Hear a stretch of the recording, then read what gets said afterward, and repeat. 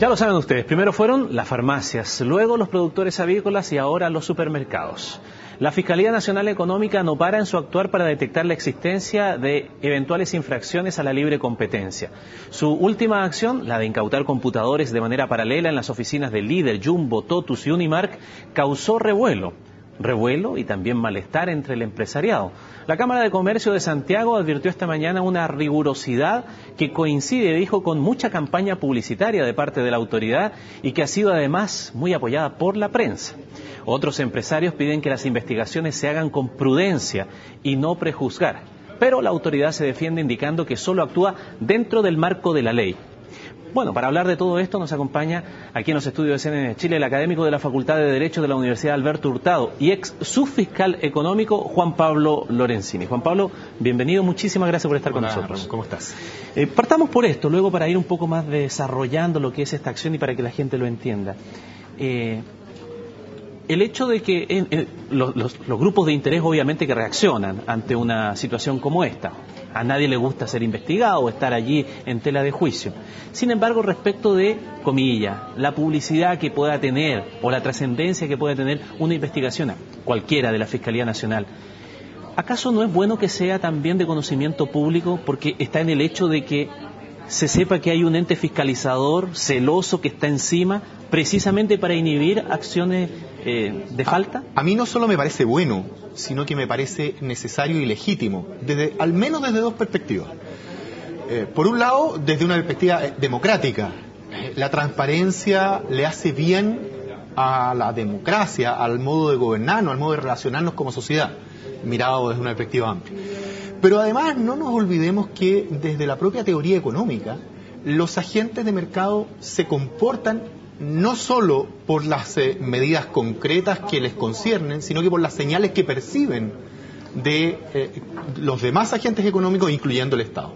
Entonces, la circunstancia de que de una institución pública, un mecanismo institucional esté funcionando, es relevante porque de algún modo lo que hace es poner información a disposición de los agentes económicos, productores, distribuidores o consumidores, para que ellos tomen sus decisiones.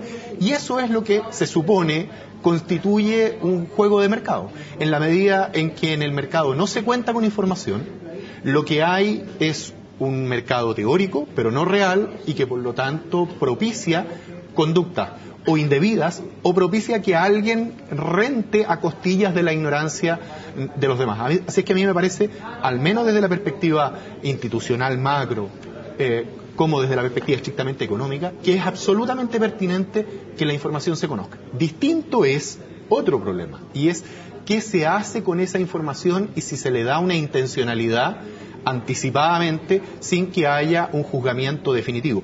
Pero hasta ahora lo que yo he escuchado de las autoridades ha sido sumamente prudente. De hecho, el Fiscal Nacional Económico se ha negado a responder preguntas respecto del contenido de la investigación y simplemente ha informado que la investigación existe. Eso a los consumidores y a los demás agentes de mercado, a aquellos que no violan la ley, debiera darles tranquilidad. Sí, es verdad. Ayer se le preguntó de varias maneras y la respuesta fue siempre la misma, que no se iba a pronunciar al respecto. Ahora, el hecho de incautar computadores es algo que está dentro de las atribuciones que tiene la Fiscalía y dentro de una reglamentación nueva que se aprobó hace un par de años, en donde está la posibilidad de no solamente hacer eso, sino de hacer interceptaciones telefónicas. Así es. ¿Por qué es tan importante que se tengan estas medidas? Que a lo mejor en el tiempo que ustedes hacían esa función, cuando estaba a cargo de la Fiscalía, no la tenían.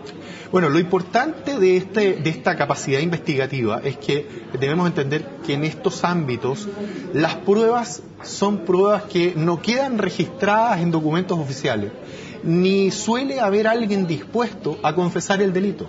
La concertación de precios, de niveles de producción, en fin, del tipo que sea, en general es un acuerdo que se produce entre muy pocos actores. Actores que tienen todos los incentivos para reservarse esa información, para disimularla y en los casos en que son descubiertos incluso para tratar de explicarla de un modo legítimo. Por eso es que estas medidas intrusivas son cruciales, porque en definitiva la colusión se explica o se logra demostrar por medidas intrusivas y por modos indirectos, presunciones fundamentalmente, e indicios que llevan a la conclusión de que ha existido el acuerdo. Yo me felicito de que en Chile hayamos podido modificar la ley, de modo que la Fiscalía Nacional Económica cuente con los mecanismos que hoy día cuenta, porque de otra manera esta colusión, si es que es tal, y cualquier otra que haya, habría sido imposible de ser descubierta. Ahora, sobre los supermercados, que es un sector económico muy concentrado en nuestro país, de hecho estas 4 empresas, si no me equivoco, concentran casi el 85% más del mercado en nuestro país, siempre ha habido cuestionamientos, y especialmente ha habido cuestionamientos respecto de el control que tienen sobre los proveedores. Así es. Ha habido innumerables presentaciones, algunos dictámenes, investigaciones que han quedado allí, pero que no se han resuelto definitivamente. Incluso hasta un proyecto de ley andaba dando vuelta por allí respecto de los pagos a los proveedores y todo eso.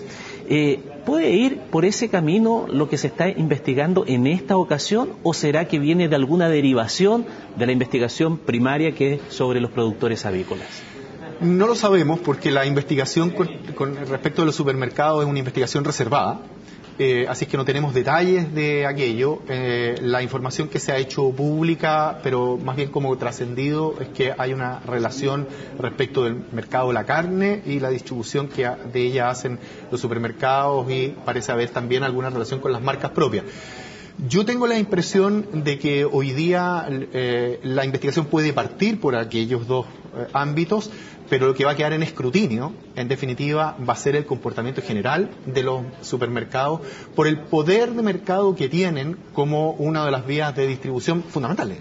Hoy día hay muchos productos que dependen de su distribución, en su distribución dependen de los supermercados, y no tienen canales de distribución alternativos, sino marginales. Entonces, mi impresión es que hoy día se abre una investigación que puede partir por un ámbito específico, 1 o 2, pero probablemente se amplíe de manera general, porque tú lo has dicho, desde hace mucho tiempo hay acusaciones de comportamientos generales de los supermercados, particularmente en lo que dice relación con la cadena de pagos. Entiendo yo que en otras legislaciones, entiendo que en Inglaterra, por ejemplo, este fue un tema muy debatido, que incluso se hicieron investigaciones muy fuertes y se llegaron a detectar 44 comportamientos o algo parecido en número que tenían que ser modificados respecto del comportamiento que tenían los productores con el resto del mercado, especialmente con los proveedores. ¿Qué tan lejos estamos nosotros en nuestro país de hacer una investigación, una legislación o una acción como se llevó a cabo hace un tiempo en Inglaterra? A ver, yo diría que en el caso chileno la primera premisa que hay que tener presente es de que estamos hablando de un mercado pequeño. Como es un mercado pequeño, las condiciones de colusión potenciales son distintas a la de un mercado como el mercado inglés. En general, en todos los mercados en Chile los actores relevantes son 3, 4, 5, 10 cuando mucho. Caben todos en una mesa. Y por lo tanto lo que en otros mercados no ha sido materia de preocupación, probablemente en el caso nuestro requiera una mirada. Como contrapartida, dado que nuestro mercado es pequeño, hay niveles de acuerdo que tienen sentido económico, sobre todo en aquellos ámbitos en que el mercado interno es una parte del mercado que satisfacen los productores, pero la mayor parte del mercado que les interesa es el externo. Nosotros vivimos en esta gran dicotomía entre crecer, incluso con acuerdos, para poder exportar y para poder competir con otros países, versus los efectos que aquello tiene en nuestro mercado interno. A mí me da la impresión de que lo que debiéramos hacer los chilenos es lograr distinguir cómo corporaciones que trabajan en ambos niveles, el internacional y el nacional, sin embargo, sujetan sus conductas separadamente a las necesidades de competencia del mercado interno respecto de las necesidades de competencia del mercado internacional.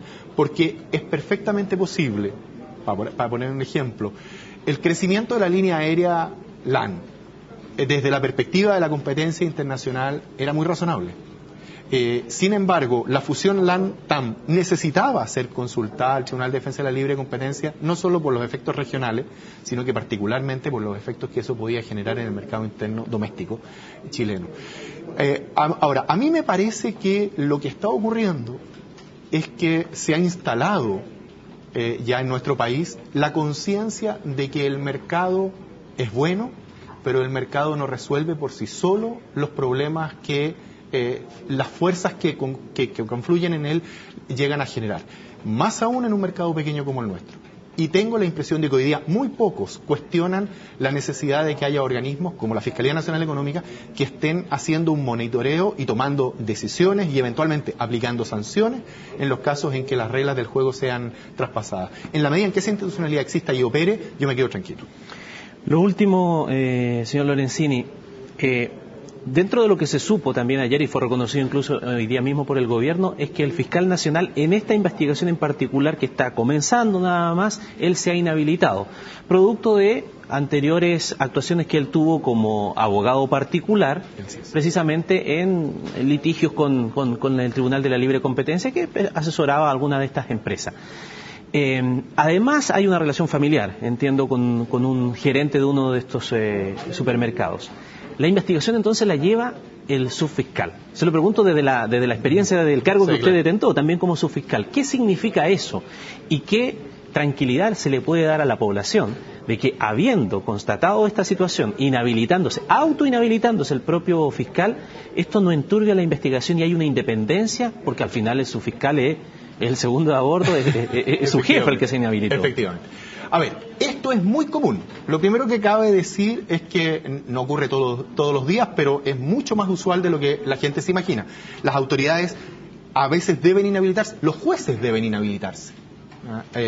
Entonces, un juez, por ejemplo, que conoce una causa contra una ISAPRE, él puede tener reclamaciones porque el precio de su ISAPRE subió y tiene una reclamación similar a la que debe fallar. Se inhabilita. No sucede nada malo en el sistema en la medida en que quien debe inhabilitarse se inhabilita. Está previsto en la ley, es una circunstancia que está considerada. ¿Qué ocurre en la práctica? En este caso ocurre que el fiscal nacional económico se inhibe de intervenir en la investigación, el subfiscal nacional económico la dirige, no es él quien la hace. La verdad es que las investigaciones económicas de la Fiscalía son hechas por un equipo de profesionales muy extenso, tanto abogados como economistas, y el subfiscal dirige esa investigación. Como la ley le asigna al fiscal nacional económico la atribución exclusiva de decidir si se presenta o no un requerimiento, es solo bajo su propia convicción el establecer o no que hay mérito para una acusación. En este caso, esa atribución legal queda radicada en el subfiscal Barahona, a quien yo conozco personalmente desde hace muchos años y en quien tengo plena fe de que va a desarrollar su labor profesionalmente. Y estamos hablando además, en general, de personas muy honorables. Yo, en lo personal, no tengo ninguna duda de que esta inhabilitación tan temprana del fiscal nacional económico demuestra la transparencia con que él quiere actuar, y no tengo tampoco ninguna duda al respecto de que la Fiscalía Nacional Económica, en la persona del subfiscal, va a tomar la decisión que técnicamente le parezca pertinente en este caso y presentará el requerimiento si llega a la convicción de que hay un ilícito anticompetitivo. Señor Lorenzini, muchísimas gracias por su tiempo con nosotros aquí en CNN Chile. Gracias a ustedes. Y nosotros así cerramos también esta media hora informativa, nos vamos a la pausa y luego estamos nuevamente con más noticias.